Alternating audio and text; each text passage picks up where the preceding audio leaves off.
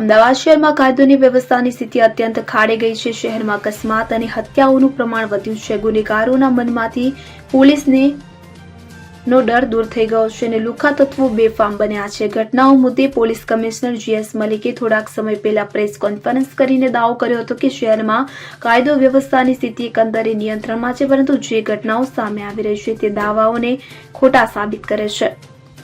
ત્યારે અમદાવાદ શહેરમાં કથળેલી પરિસ્થિતિને લઈ ગૃહ રાજ્યમંત્રી હર્ષ સંઘવીએ તાત્કાલિક અમદાવાદ શહેરના ઉચ્ચ કક્ષાના પોલીસ અધિકારીઓ સાથે બેઠક યોજી છે।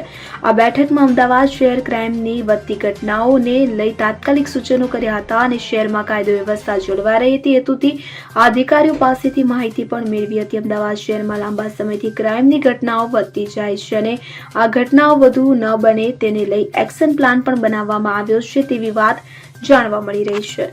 Bureau report CN24 news.